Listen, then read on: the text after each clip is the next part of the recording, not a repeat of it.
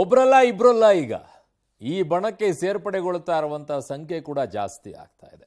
ಈ ಬಣದಲ್ಲಿ ಇದ್ದಂತವರು ಈ ಕಡೆಗೆ ಹೋಗ್ತಾ ಇದ್ದಾರೆಲ್ಲೋ ಡೌಟ್. ಆದ್ರೆ ಈ ಬಣಕ್ಕೆ ಎಂತ ಸಂಕಟ ಅಂತಂದ್ರೆ ಸೆಂಟ್ರಲ್ ಯಾರ್ಯಾರಿದ್ರಲ್ಲ, ಯಾವ ಆ ಕಡೆನೂ ಬೇಡ ಈ ಕಡೆನೂ ಬೇಡ ಅಂತೇಳಿ ಅವರೆಲ್ಲ ಈಗ ಜಂಪ್ ಮಾಡಕ್ ಶುರು ಮಾಡ್ಬಿಟ್ಟಿದ್ದಾರೆ ಈ ಕಡೆ. ಸೊ ಏನಾಗ್ತಾ ಇದೆ ಯತ್ನಾಳ ಟೀಮ್ನಲ್ಲಿ ಒಬ್ಬರಲ್ಲ ಇಬ್ಬರಲ್ಲ ಡಜನ್ ಗಟ್ಟಲೆ ನಾಯಕರ ಅಸಮಾಧಾನವನ್ನ ವ್ಯಕ್ತಪಡಿಸ್ತಾ ಇದ್ದಾರೆ. ಏಕಾಂಗಿಯಾಗಿದ್ದ ಯತ್ನಾಳ ಜೊತೆಗೆ ಅಸಮಾಧಾನಿತರ ಪಡೆನೇ ಈಗ ದೊಡ್ಡ ಮಟ್ಟದಲ್ಲಿ ಸೃಷ್ಟಿಯಾಗಿದೆ. ಅಸಮಾಧಾನಿತರ ಗುಂಪಿಗೆ ಈಗ ಶ್ರೀರಾಮುಲು ಜೊತೆಗೆ ಸುಧಾಕರ್ ಕೂಡ ಸೇರ್ಪಡೆ. ವಿಜೇಂದ್ರ ನಡೆ ಬಗ್ಗೆ ಹೈಕಮಾಂಡ್ ಮಟ್ಟದಲ್ಲೂ ಕೂಡ ಈಗ ಒಂದು ರೀತಿಯಾಗಿ ಗೊಂದಲ ಉಂಟಾಗಿದೆ. ಜಿಲ್ಲಾಧ್ಯಕ್ಷರ ಆಯ್ಕೆ ವಿಚಾರದಲ್ಲಿ ವಿವಾದ ಮೈಮೇಲೆ ಎಳೆದುಕೊಂಡ್ರ ವಿಜಯೇಂದ್ರ. ಸುಧಾಕರ್ ರಾಮುಲು ಜೊತೆಗೆ ಯತ್ನಾಳ ಟೀಮ್ ಈಗ ಸಂಪರ್ಕವನ್ನ ಮಾಡ್ತಾ ಇದೆ. ನಾಳೆ ಅಸಮಾಧಾನಿತರಿಂದ ಮಾರಿ ಹಬ್ಬನ ಅಂತ ಹೇಳಿ. ಮಾರಿ ಹಬ್ಬ ಯಾಕಾಗಬೇಕು? ಅದು ಒಂದು ಹಬ್ಬನೇ. ಅದನ್ನ ಇವ್ರ ಜೊತೆಗೆ ಯಾಕೆ ಕಂಪೇರ್ ಮಾಡ್ತೀರಾ? ಅದಕ್ಕೊಂದು ನಂಬಿಕೆ ಇದೆ, ಅದಕ್ಕೊಂದು ವಿಶ್ವಾಸ ಇದೆ. ಎಲ್ಲದಕ್ಕೂ ಮಾರಿ ಹಬ್ಬ ಅಂದ್ಬಿಟ್ರೆ ಅದು ಬಿಜೆಪಿ ಹಬ್ಬ ಅಂತ ಅನ್ಕೊಳ್ಳಿ. ಕಿರಿಯರ ಸಮಾನ ಮನಸ್ಕರ ವಿಶ್ವಾಸ ಗಳಿಸುವಲ್ಲಿ ವಿಫಲರಾಗಿರೋದು, ಹಿರಿಯರ ಸಲಹೆ ಪಡೆದು ಮುನ್ನಡೆಯುವಲ್ಲಿ ವಿಫಲರಾಗಿರೋದು, ವಿಜೇಂದ್ರ ಅವರು ಮಾಡಿದಂಥ ತಪ್ಪುಗಳ ಲೆಕ್ಕವನ್ನು ಹೇಳ್ತಾ ಇರೋದು. ಹಿರಿಯರ ಸಲಹೆ ಪಡ್ಕೊಂಡು ಮುನ್ನಡೆಯುವಲ್ಲಿ ಸ್ವಲ್ಪ ವಿಫಲರಾಗಿರೋದು, ಜೊತೆಗೆ ಕಿರಿಯರ ಮತ್ತು ಸಮಾನ ಮನಸ್ಕರ ವಿಶ್ವಾಸ ಗಳಿಸುವಲ್ಲಿ ವಿಫಲರಾಗಿರೋದು. ತಮ್ಮ ಸುತ್ತ ಹೊಗಳು ಭಟ್ಟರನ್ನಿಟ್ಕೊಂಡು ಸಂಘಟನೆಗೆ ಹೊರಟಿದ್ದು ಅವರಿಗೆ ಮುಳುವಾಗ್ತಾ ಇದೆ. ಪದಾಧಿಕಾರಿ ಪ್ರಧಾನ ಕಾರ್ಯದರ್ಶಿಗಳ ನೇಮಕದಲ್ಲೂ ಕೂಡ ಆಪ್ತರಿಗೆ ಮಣೆಯನ್ನ ಹಾಕಿದ್ದು, ಪಕ್ಷದೊಳಗೆ ಏಕಚಕ್ರಾಧಿಪತ್ಯ, ಎಲ್ಲದರಲ್ಲೂ ಕೂಡ ಏಕಪಕ್ಷೀಯ ನಿರ್ಧಾರವನ್ನು ತೆಗೆದುಕೊಳ್ಳುತ್ತಾ ಇದ್ದಾರೆ ಅನ್ನೋ ಆರೋಪ. ರಾಜ್ಯಾಧ್ಯಕ್ಷ ಎಂಬುದನ್ನು ಮರೆತು ನಾಯಕರ ಜೊತೆಗೆ ಸಂಪರ್ಕ ಕಮ್ಮಿಯನ್ನ ಮಾಡಿಕೊಂಡಿದ್ದು, ಕೆಲವರ ಮಾತುಗಳಿಗೆ ಕಿವಿಕೊಟ್ಟು ಎದುರಾಳಿಗಳನ್ನ ಹೆಚ್ಚಿಸಿಕೊಂಡಿದ್ದು, ಸಂಘಟನೆ ವಿಚಾರದಲ್ಲಿ ಬಿಜೆಪಿ ವ್ಯವಸ್ಥೆಯನ್ನ ಅರ್ಥ ಮಾಡಿಕೊಳ್ಳದಿರೋದು ಅಂತ ಹೇಳಿ. ಇದರ ಜೊತೆಗೆ ಕೆಜೆಪಿಯಲ್ಲಿರುವಂತವ್ರನ್ನ ಅವ್ರ ಜೊತೆಗೆ ಸೇರಿಸಿಕೊಂಡು ಅವರಿಗೇನೆ ಜಿಲ್ಲಾಧ್ಯಕ್ಷ ಸ್ಥಾನವನ್ನ ಹೆಚ್ಚಿನ ರೀತಿಯಲ್ಲಿ ಕೊಡ್ತಾ ಇದ್ದಾರೆ ಅನ್ನೋದು ಬಹುದೊಡ್ಡದಾಗಿರುವಂತಹ ಯತ್ನಾಳ್ ಅವರ ಟೀಮ್ ಮಾಡ್ತಾ ಇರುವಂತಹ ಆರೋಪ. ಇದು ಮೊದಲನೇದಾಗಿ ಈಗ ಸಮಸ್ಯೆ ವಿಜಯೇಂದ್ರ ಅವರಿಗೆ ಬಂದು ತಲುಪ್ತಾ ಇದೆ. ನನಗೂ ಕೂಡ ಸಮಾಧಾನದ ಒಂದು ಇದು ಮುಗಿದೋಯ್ತು. ಈಗ ಇನ್ನ ಯುದ್ಧ. ಇನ್ನು ನನ್ನ ಊರಿನಲ್ಲಿ ನನ್ನ ಜಿಲ್ಲೆಯಲ್ಲೇ ನೀವು ಸಮಾಧಿ ಕಟ್ಟಕ್ಕೆ ಹೋದ್ಮೇಲೆ ಇನ್ನು ನಾವು ನೋಡ್ಕೊಂಡು ಏನು ಮಾಡಬೇಕಾಗ್ತದೆ? ಕಟ್ಸ್ಕೋಬೇಕಾ ಸಮಾಧಿನ? ನಮ್ಮ ಮೇಲೆ ಎಷ್ಟೋ ಜನರು ಕಟ್ಟಿ ಬೆಳೆಸಿರ್ತಕ್ಕಂಥ ಪಕ್ಷನ ಅವನತಿಗೆ ತರ್ಕೊಂಡು ಹೋಗುವಂಥ ಕೆಲಸ ಮಾಡ್ತಾ ಇದ್ದಾರೆ. ನೋಡೋಣ ಯಾವ ಧೈರ್ಯದ ಮೇಲೆ ಮಾಡ್ತಾ ಇದ್ದಾರೆ, ಯಾವ ಧೈರ್ಯದ ಮೇಲೆ ಮುಂದೆ ಪಕ್ಷ ಕಟ್ತಾರೆ. ನೋಡೋಣ. ಇವರೊಬ್ಬ MP ಆಗಿ ಒಂದು ಜಿಲ್ಲಾಧ್ಯಕ್ಷರು ಮಾಡ್ಸೋಕ್ಕಾಗಲ್ಲ ಅಂದರೆ ನಾವು ಹೇಗೆ ರಾಜಕಾರಣ ಮಾಡಬೇಕು? ಸೌಜನ್ಯಕ್ಕೆ ಕೂಡ ಅವ್ರು ನನ್ನ ಜೊತೆ ಚರ್ಚೆ ಮಾಡಿಲ್ಲ ಇಲ್ಲಿವರೆಗೂ. ಮೊನಾರ್ಕ ನೀವು? ಏಕಚಕ್ರಾಧಿಪತ್ಯನ? ನಿಮ್ಮ ಆಸ್ತಿನ ಇದು? BJP ನಿಮ್ಮ ಸ್ವಂತ ಆಸ್ತಿನ?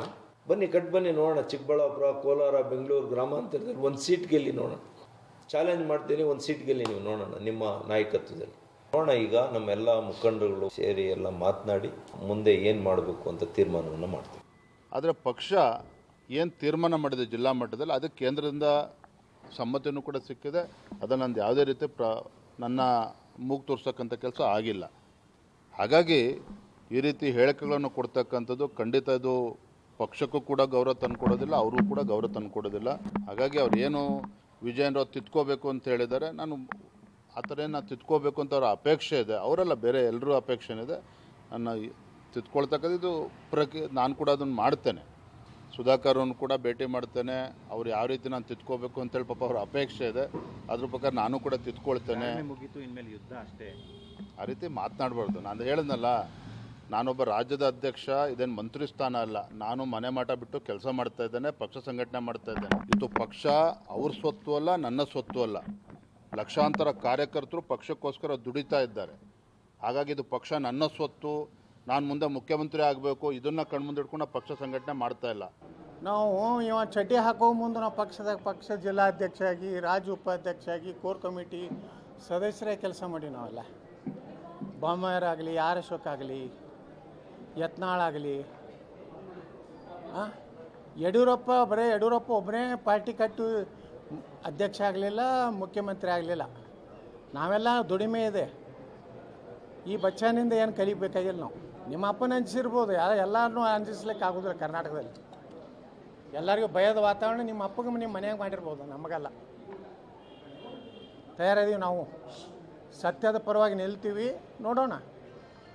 ಇದಕ್ಕೆ ಉತ್ತರನೂ ಹೈಕಮಾಂಡು ಹೇಳಬೇಕಾಗ್ತದೆ. ಸುಮ್ಮನೆ ಏನೋ ಸುಮ್ಮನೆ ಚುನಾವಣೆ ಅನ್ನೋಂಥ ಪ್ರಕ್ರಿಯೆ ಮಾಡಿ ನಾವು ವಿಜಯೇಂದ್ರ ಭಾಳ ಜನಪ್ರಿಯ, ಓ ಬಹುತ್ ಪರಿಶ್ರಮಿ ತಿಂದಕ್ಕೆ ಒಬ್ಬ ಅರುಣ್ ಸಿಂಗ್ ಇದ್ದ, ಇದನ್ನ ಹೇಳ್ತಿದ್ದ ಕತೆ. ಅರುಣ್ ಸಿಂಗ್ ಬರೀ ಇದೇ ಹೇಳಿ ಚಲೋ ಅನುಕೂಲ ಮಾಡ್ಕೊಂಡು ಹೋದವ. ಉಸ್ತುವಾರಿಯನ್ನು ಕೂಡ ಬಿಡದೇನೆ ಈ ಥರ ಜಾಟಿಯನ್ನು ಬೀಸೋದಾದರೆ ಹೈಕಮಾಂಡ್ ಇದೆಯಾ ಅಥವಾ ನಮ್ಮ ಪ್ರಕಾರ ಏನೋ ಸತ್ತೆ ಹೋದಂಗೆ ಕಾಣಿಸ್ತಾ ಇದೆ. ಅದೇನು ಬದುಕಿದಂಗಿಲ್ಲ ರಾಜ್ಯದ ಮಟ್ಟಿಗೆ. ಅವ್ರ ಪಾಡಿಗೆ ಅವ್ರು ಇರ್ಬೋದು, ಅವರಿಗೆ ಕಾನ್ಸಂಟ್ರೇಷನ್ ಓನ್ಲಿ ಉತ್ತರ ಭಾರತದಲ್ಲಿ ಮಾತ್ರ ಇರಬೇಕು, ಈ ಕಡೆಗೆ ಯಾವುದು ಇದ್ದಂಗೆ ಕಾಣಿಸ್ತಾ ಇಲ್ಲ. ಅದರ ಅವಶ್ಯಕತೆಯೂ ನಮಗೂ ಕೂಡ ಬೇಕಾಗಿಲ್ಲ. ನಮಗಿರುವಂಥ ಅವಶ್ಯಕತೆ ಏನು ಅಂತಂದರೆ ಒಂದು ಪ್ರಬಲವಾಗಿರುವಂಥ ವಿರೋಧ ಪಕ್ಷನೂ ಒಂದು ರೀತಿಯಾಗಿ ಠುಸ್ಪಟಾಕಿ ಆಗೋಗ್ಬಿಟ್ಟಿದೆಯಲ್ಲ ಅಂತೇಳಿ ನಮ್ಮ ಪೊಲಿಟಿಕಲ್ ಬ್ಯೂರೋಯಿಂದ ನನ್ನ ಸಹೋದ್ಯೋಗಿ ಮಸೂದ್ ಈಗ ನನ್ನ ಸಂಪರ್ಕಕ್ಕೆ ಸಿಗ್ತಾ ಇದ್ದಾರೆ. ಮಸೂದ್, ಶಿಸ್ತಿನ ಪಕ್ಷದಲ್ಲಿ ಅಶಿಸ್ತು ತಾಂಡವವಾಡ್ತಾ ಇದೆ, ಉಸ್ತುವಾರಿಯನ್ನು ಬಿಡದೇ ಇರೋ ಈ ರೀತಿ ಜಡಿತಾ ಇದ್ದಾರೆ ಅನ್ನೋದಾದ್ರೆ ನೇರವಾಗಿ ಮೋದಿ, ಅಮಿತ್ ಶಾ ಮತ್ತು JP ನಡ್ಡಾ ಅವರನ್ನು ಕೂಡ ಇವರು ವಿಜೇಂದ್ರ ಅವರನ್ನ ಬಚ್ಚ ಅಂತ ಹೇಳೋ ಮೂಲಕವಾಗಿ ಅವರನ್ನ ಅಪಾಯಿಂಟ್ ಮಾಡಿದಂಥ ಸಂದರ್ಭದಲ್ಲಿ ಅವರನ್ನು ಕೂಡ ಹೇಳುತ್ತಾ ಇದ್ದಾರೆ. ನೇರವಾಗಿ ಹೇಳಕ್ಕಾಗದೇ ಇದ್ರು ಕೂಡ ನಾಳೆ ಅವ್ರಿಗೂ ಹೇಳ್ಬೋದೇನೋ ಇವರೆಲ್ಲ. ಅರುಣ್, ಯತ್ನಾಳ್ ಮತ್ತು ಅವರ ತಂಡದವರು ಆರೋಪ ಏನು ಮಾಡ್ತಾ ಇದ್ರು, ಅವರೇನೆಲ್ಲ ಹೋರಾಟಗಳನ್ನು ಆಗಿರುವಂತಹ ವಿಜೇಂದ್ರ ವಿರುದ್ಧ ಮಾಡ್ಕೊಂಡು ಬಂದಿದ್ದಾರೆ, ಅದು ಪಾರ್ಟ್ 1. ಪಾರ್ಟ್ 2 ಕೋರ್ ಕಮಿಟಿ ಸಭೆ ನಡೆದಾಗಿನಿಂದ ಪಾರ್ಟ್ 2 ಚಿತ್ರಣ ಶುರುವಾಗಿರುವಂಥದ್ದು.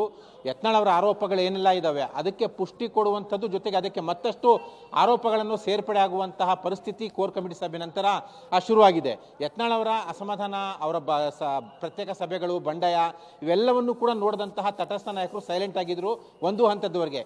ಯಾವಾಗ ಕೋರ್ ಕಮಿಟಿ ಸಭೆ ಆಯಿತು, ಖುದ್ದಾಗಿ ತಟಸ್ಥರಾಗಿದ್ದಂತಹ ಹಿರಿಯ ನಾಯಕರೇ ವಿಜೇಂದ್ರ ಅವರ ಕಾರ್ಯವೈಖರಿಗೆ ದೊಡ್ಡ ಮಟ್ಟದಲ್ಲಿ ಕೋರ್ ಕಮಿಟಿ ಸಭೆಯಲ್ಲಿ ಆಕ್ಷೇಪ ವ್ಯಕ್ತಪಡಿಸಿದ್ರು. ಜೊತೆಗೆ ರಾಜ್ಯ ಬಿಜೆಪಿ ಉಸ್ತುವಾರಿ ರಾಧಾ ಮೋಹನ್ ದಾಸ್ ಅಗರ್ವಾಲ್ ಅವರ ಕಾರ್ಯವೈಖರಿ ಜೊತೆಗೆ ಅವರು ವಿಜೇಂದ್ರ ಅವರು ಬೆನ್ನಿಗೆ ನಿಂತಿದ್ದಾರೆ ಅನ್ನುವಂತಹ ಗಂಭೀರವಾದಂಥ ಆರೋಪಗಳನ್ನು ಕೂಡ ಕೋರ್ ಕಮಿಟಿ ಸದಸ್ಯರು ಅವರು ಇಬ್ಬರು ವಿರುದ್ಧನೂ ಕೂಡ ಮಾಡಿದ್ರು. ಅದೇ ಸಭೆಯಲ್ಲಿ ಶ್ರೀರಾಮುಲು ಅವರು ಕೂಡ ಸಿಡಿದೆದ್ರು. ಆ ನಂತರದಲ್ಲಿ ಒಂದಷ್ಟು ವಿದ್ಯಮಾನಗಳು ನಡೆದವು. ಮಂಡಲಾಧ್ಯಕ್ಷರ ಆಯ್ಕೆ ಆಯಿತು, ಜಿಲ್ಲಾಧ್ಯಕ್ಷರ ಚುನಾವಣೆ ನಿನ್ನೆ ಆಯಿತು.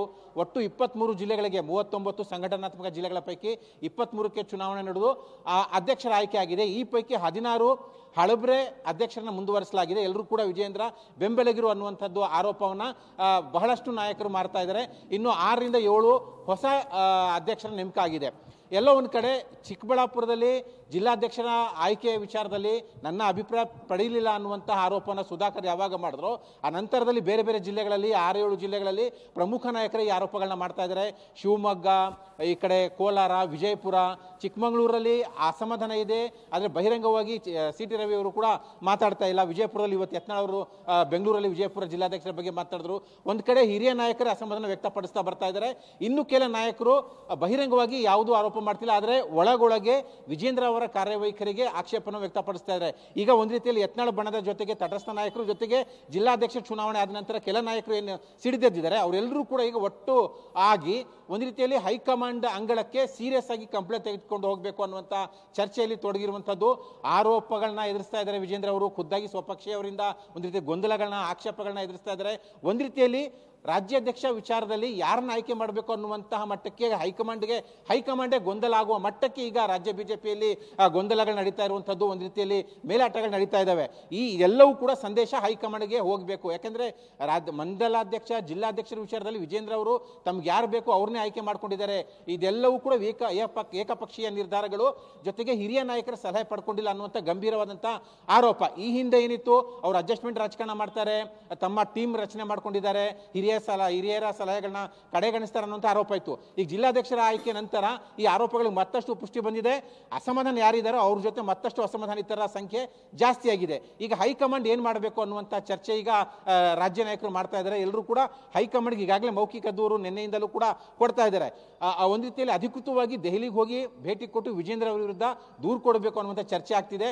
ಇದರ ಮಧ್ಯೆ ನಾಳೆ ಯತ್ನಾಳ್ ತಂಡದಿಂದ ಒಂದು ರೀತಿಯಲ್ಲಿ ಹೈ ವೋಲ್ಟೇಜ್ ಸಭೆ ಅಂತ ಹೇಳ್ಬೋದು, ಸಭೆ ಮಾಡ್ತಿದ್ದಾರೆ. ಯತ್ನಾಳ್ ಅವ್ರನ್ನೇ ಖುದ್ದಾಗಿ ವಿಜೇಂದ್ರ ವಿರುದ್ಧ ನಾವು ಯತ್ನಾಳ್ ಅವ್ರನ್ನ ಕಣಕ್ಕಿಳಿಸ್ತೇವೆ ಅನ್ನುವಂಥ ಮಹತ್ವದ ಘೋಷಣೆ ಕೂಡ ಮಾಡ್ತಾ ಇದ್ದಾರೆ. ಹಾಗಾಗಿ ಎಲ್ಲೋ ಒಂದ್ ಕಡೆ ವಿಜೇಂದ್ರ ಅವರು ಮರು ಆಯ್ಕೆ ಆಗೋದು ಬೇಡ ಅನ್ನುವಂಥ ಒಂದು ಸಂದೇಶ ಹೈಕಮಾಂಡ್ಗೆ ತಲುಪಿಸುವಂತ ಪ್ರಯತ್ನ ಮಾಡ್ತಾ ಇದ್ದಾರೆ. ಹಾಗಾಗಿ ಹೈಕಮಾಂಡ್ ಮಧ್ಯ ಪ್ರವೇಶ ಮಾಡಿದ್ರೆ ಏನ್ ತೀರ್ಮಾನ ಮಾಡ್ತಾರೆ ಅಂತ ಚರ್ಚೆ ಆಗ್ತಿದೆ. ಒಟ್ಟಾರೆಯಾಗಿ ಇಡೀ ಪ್ರಕರಣ ಒಂದು ರೀತಿಯಲ್ಲಿ ಗೊಂದಲಮಯವಾಗಿದೆ ಬಿಜೆಪಿ ಮನೆ.